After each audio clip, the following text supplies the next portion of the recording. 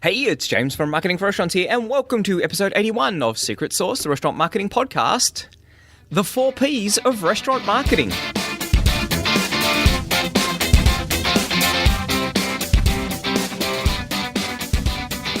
Some restaurants are quiet, lose money, and the owner works 70 hours a week. Other restaurants are busy, profitable, and the owners work a few hours a day. What's the difference? They have a secret sauce. Join James from Marketing for Restaurants as he helps you come up with your recipe for restaurant success, your secret sauce.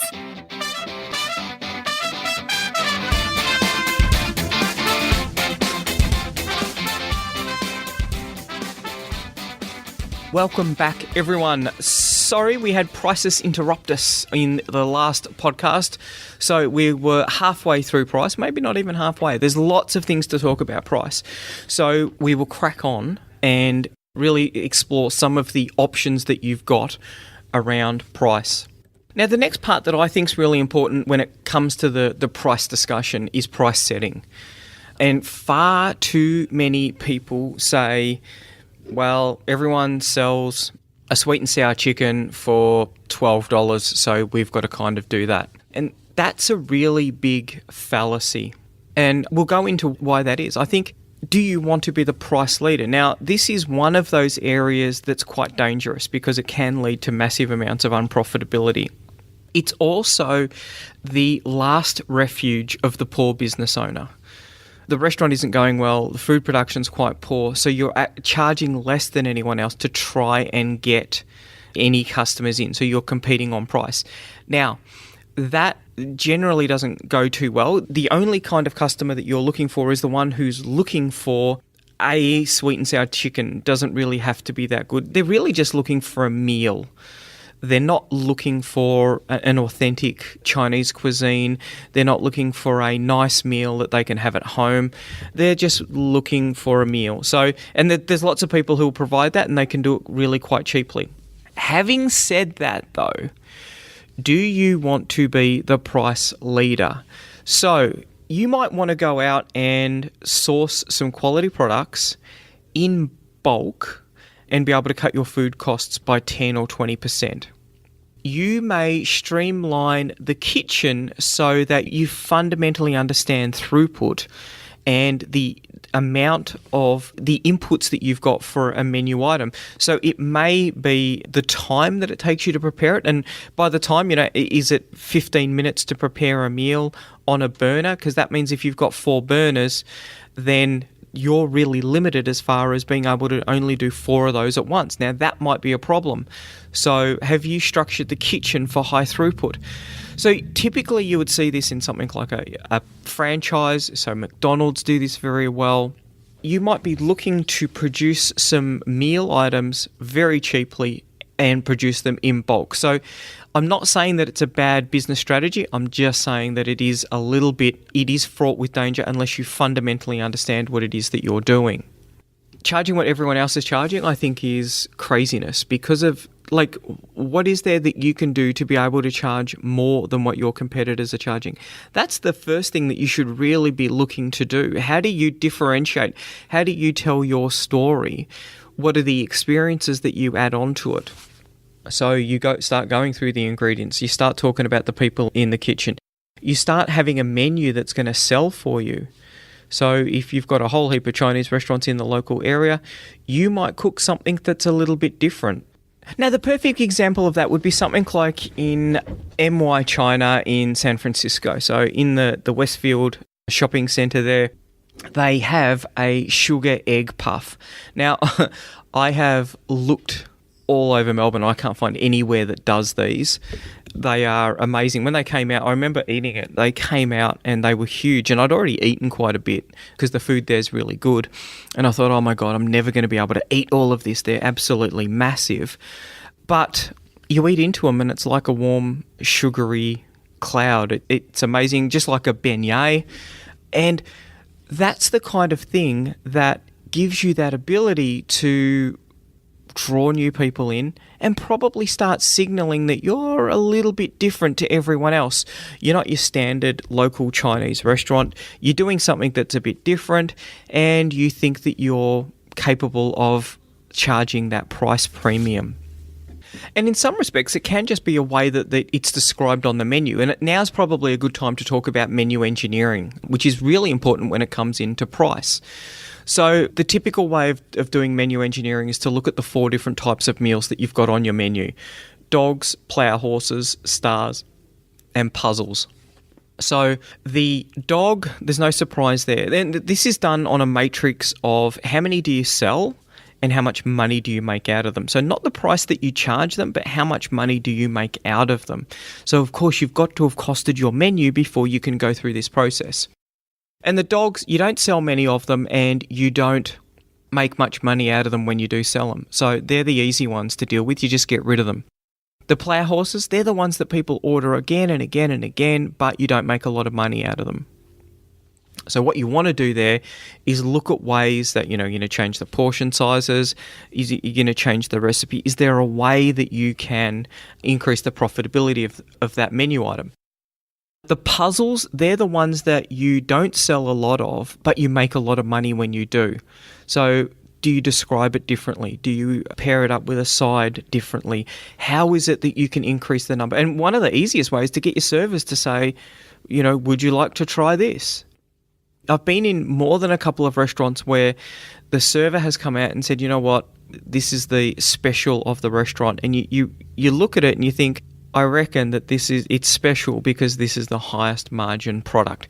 So it can just be the simple process of going through the process of working out where you're making your money and then just getting your servers to sell it. You could incentivize them. You could run a competition. Who's going to sell the most of these tonight, this week, this month? And start tracking those sort of numbers. This is an easy one to influence. But far too many people don't know which are the ones that they're making the money on. So, and of course, that leaves us with the last ones. That's the stars. They're the ones that you're selling a lot of and you make a lot of money out of it. Typically, they'll be highlighted as being signature dishes in the menu, and the servers will drive people to it in a well-run restaurant. Now, there's a little bit of overlap in between product and price, I think, particularly when you start to do things like looking at how are you going to look at the number of times you turn a table. So if it's a place that's doing a degustation menu, do you want to get people in early and get them out so that you can have a second seating? And this is the simple way to double revenue in a fine dining restaurant is you say, right, everyone needs to be in at 6 and you'll be out by 9:30. And the second seating is at 9:30 through to 10. And you'll be out by midnight or 1. Running the restaurant like that, if you've been doing one sitting of a degustation menu, you're doubling the revenue. Now, the thing is you're going to have people coming in early or leaving very late. So you need to be building the demand up to be able to get to that point. And of course, it's one of the ways that you can increase your revenue per available seat hour. Now, this is something that sort of has come out of the airline industry.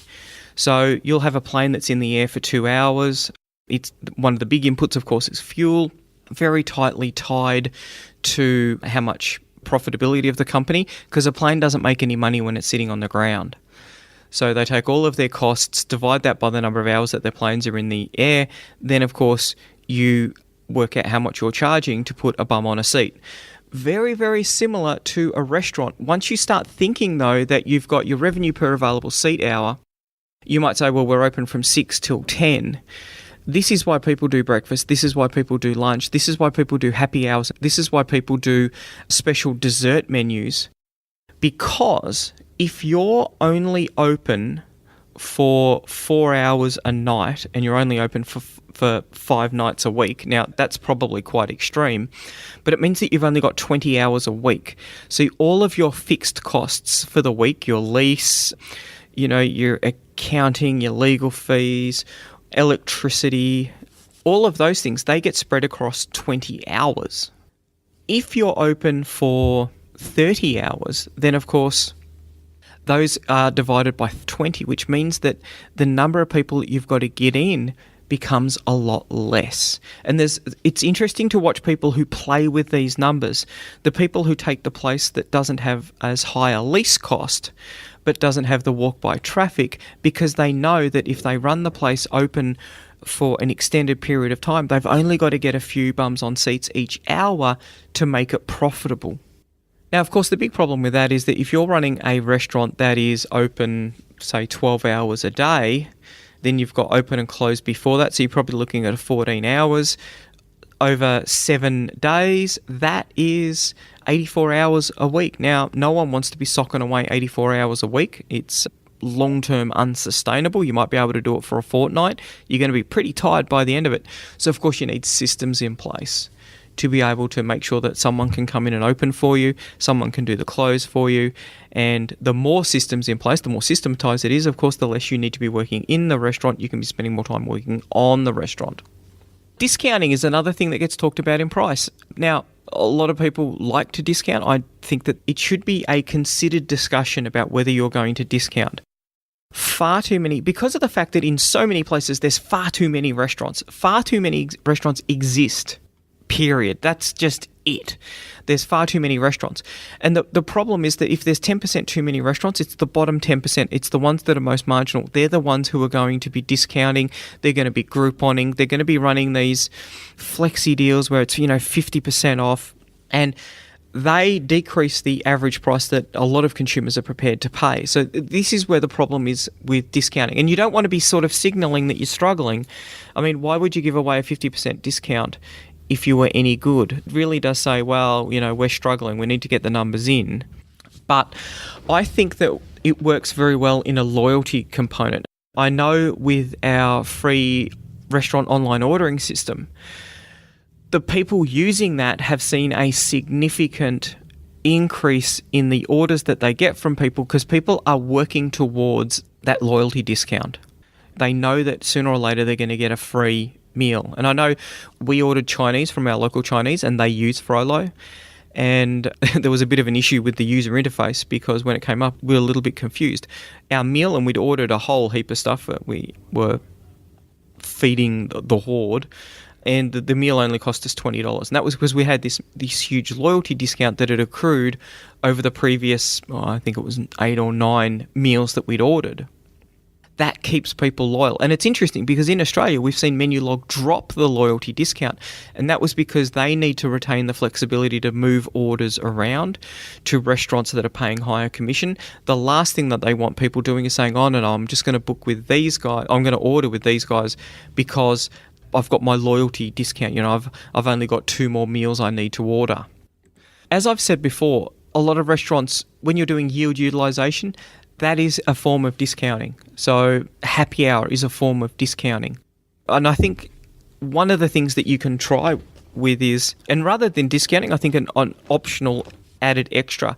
So come in on a Tuesday night and we'll give you a bottle of wine. Now, if you've done a good deal with your wine distributor, you might have some really good wine that's really quite cheap for you. So you look at it as a marketing cost. You've got a $5 bottle of Plonk, which you're going to give away to bring people in on the Tuesday. And one of two things is going to happen with that person. Either they weren't planning on coming out to see you, which is great. You've got a new customer in, or you've got a repeat customer who hadn't thought about you for a while, or you've got someone who was planning on coming in on a Saturday and it's like, you know what, we'll go out on a Tuesday and we'll go somewhere else on Saturday night. Now, the perfect scenario is that you're going to be flat out and you'll be turning people away on a Saturday night, which means that you've just freed up some capacity for your Saturday night by bringing that person along onto a Tuesday night. Last thing with price, payment terms. So, cash, we all know that restaurants love cash. From a business point of view, it's difficult to manage because you don't know, wherever there's cash, there's always the issue with the people who are handling the cash. How well do you trust them? Credit card, of course, this is one of the things that's been really interesting, is it's become a lot easier to integrate online payments now because everyone seems to be doing it. That kind of technology is very simple. So you can do a credit card transaction so you know that the deal is done and dusted. The money's in your account and all you got to do is provide the food. Now, pre-bookings. We're looking at people who are going to pre-bookings because the great thing about a pre-booking is it significantly decreases your no-show rate. How much of a no-show rate is that a problem for your restaurant? And there's a couple of ways that you can deal with the no-show rate, of course. You can have a queue out the front, siphon people into the bar, not take bookings. My big issue with not taking bookings is that you don't get email addresses. I think that's a significant problem, which is why waiting lists are a good idea. And one of the things we're thinking about is building an online waiting list for some of our customers. It shouldn't be too overly difficult to do. And the big thing is you get the email addresses, which is really cool. But the other component of it is prepaid bookings. So people will make a payment. And of course, then you've got the opportunity rather than and it works really well when you've got fixed price meal. So we've got a degustation menu and it's $100. That's really quite simple. And of course, what you can do then is create different products. So the $100 meal might be $100 on a Tuesday night and it's $120 on Saturday night. You're going to sock away an extra $20 on your Friday and your Saturday nights because they're the busiest time. So you've used your payment terms then to help with your pricing strategy and maximize the yield that you're getting on each seat that you've got. So as you can see, there's a lot to think about with price. The big thing is cost your menu out and work out what it is that you're making on each item. Next one is place. And I've had this conversation a couple of times with restaurants about the place. And well, the obvious answer is it's the restaurant. Well, is it? Because there's a lot of things around that. The first one is, how are people going to get there? If you're in a big city, how easy is it to park your car? Are people going to drive in, or are they going to catch public transport? How do people get to your restaurant? Because this is part of the problem. This is part of the friction. It decreases the value of the experience that you're providing. If I'm going to drive around for half an hour to try and find a parking spot, then that's a nightmare. I'm not really enjoying that. If it's difficult to catch public transport, particularly if it's a public transport thing, then when does the public transport stop? Because pretty much that's when your restaurant needs to stop. You need to boot it out all of your customers so that they can get the last train home, they can get the last bus home. So this is when we start to look for ways that you can manage these types of issues. So I've seen places that will have valet parking. I've seen places that will pay for an Uber and courtesy bus. So they'll have a bus that will pick people up. I've seen restaurants in Queenstown, or not in Queenstown, but just out of Queenstown, where they will come and pick you up because they know that there's two issues. One, it's a very, very high tourist area. And one thing about tourists, they probably won't have their own car. Now, a subset of those people will get their own vehicle, but a lot of them won't. So if they don't have their own vehicle, then they're either going to have to rely on a taxi, and so a lot of people don't like using taxis because they can be expensive, or an Uber, or can you provide a courtesy bus? And of course, the big thing with that is if you can get people not to drive to your restaurant, then they're much more likely to drink. So everyone should have a designated driver, and you should be thinking about that. Who is the designated driver here? And what kind of experience are they going to have? And I've been in conversations where the decision about who is going to drive to the restaurant hasn't been answered. So it's like, well, we won't go out then. We'll order in. This is one of the friction points. Who is going to, in a table of four, who is the poor person who's going to sit there sober as a judge while everyone else is knocking back glasses of red? Now, so far we've talked about how people are going to get to your restaurant, and not enough people factor that into their considerations. It's after you've signed the lease that you realise that there's no parking, or that it's paid parking, or that there's no public transport in the area. These are things that can fundamentally affect how your business is going to, how profitable it's going to be. One of the interesting stories I heard was from a friend, and he bought a cake shop franchise. And so he went out, and it was quite a well-known franchise, quite successful, and people made quite a bit of money out of it. And he was very excited about it, and he went and he got a place that had a huge amount of walk-by traffic, and no one was buying his cakes. And it was only when he went to a couple of cake stores that were really successful that he realised that buying a cake is a destination activity. So rather than pay the high rent that he had, there were people who were getting places that were a little bit out of the way, but they had good parking. Because what happens is when you make a decision to get a cake, you're going to drive to the place, hop out of your car, get the cake, put it in the car and drive off. You don't want to be walking into a shopping centre and then buy a cake and then have to carry the cake. No one does that. You need to be unencumbered to carry the cake because you don't want to drop it. It's moderately heavy. He hadn't thought about it, and he got in early enough in the cake franchise that when they were giving their advice around the lease, and I don't think there was a lot of information about it, they hadn't actually worked that bit out. So it's these little things that can make such a big difference, because he ended up going bust and had to get rid of the franchise, which was quite sad. So the next thing is Krispy Kreme donuts. We all know Krispy Kreme donuts. Some love them, some not so much. I personally don't mind them. I think they're really quite yummy. Now, they will sell in complementary places around them. So they'll cook them up, because the big thing is that they've got that donut production line, and it's got quite a lot of capacity. So what they want to do is they want to increase the places where you can get their product. And so they will cook up dozens and dozens and dozens, which then get shipped out to other local businesses who can then sell those donuts. And they get the reward of being able to associate themselves with a great donut brand, and they get the incremental business from the donuts that are being sold there. We're starting to see people who are looking at take-home packs and wanting to put them in supermarkets.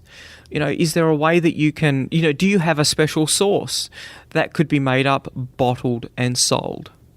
So Nando's do that with their peri-peri chicken. There's a whole range of restaurants that have got some spices or a spice mix or a sauce, and they're now using the place where they're generating income is in a supermarket, not the restaurant. Interesting. Now that you start to think about these sort of things, it gives you a whole different outlook on what it is that you do and how you're going to try and do it. Now, another one is, local markets and food trucks. Are you a business that's going to have a food truck? Because the food truck and the bricks and mortar, that gives you that brand reinforcement and the ability to go and find new customers in places where you wouldn't generally find them. So you start off with a food truck because it's probably a bit easier to get into than a bricks and mortar.